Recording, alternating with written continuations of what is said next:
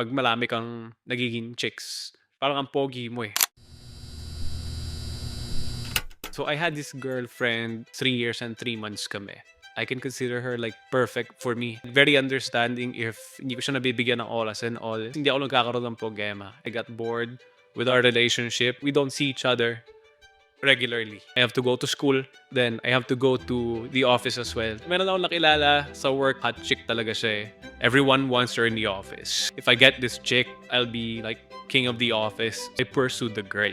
She got to notice me. I took advantage of it. Ayaw niya kasi doon sa nanliligaw sa kanya. We made the deal na gusto mo kunwari nililigawan kita. Pumayag siya and things got a little bit serious. Sabi ko, alam mo may girlfriend ako eh. Okay lang ba? She was shocked. Siguro after a couple of hours, parang naging okay na ito sa kanya. So naging kami.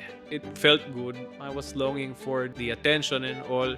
I asked OG girlfriend na mag-cool off muna kami in the meantime. I needed time to think about our relationship. Hindi niya rin naman naisip na may babae na pala ako. The second girl just wanted na kami na talaga yung magkatuloyan. She wanted me to break up with my original girlfriend. We had our 3rd anniversary picture ni OG girlfriend. The second girl went to the Facebook post.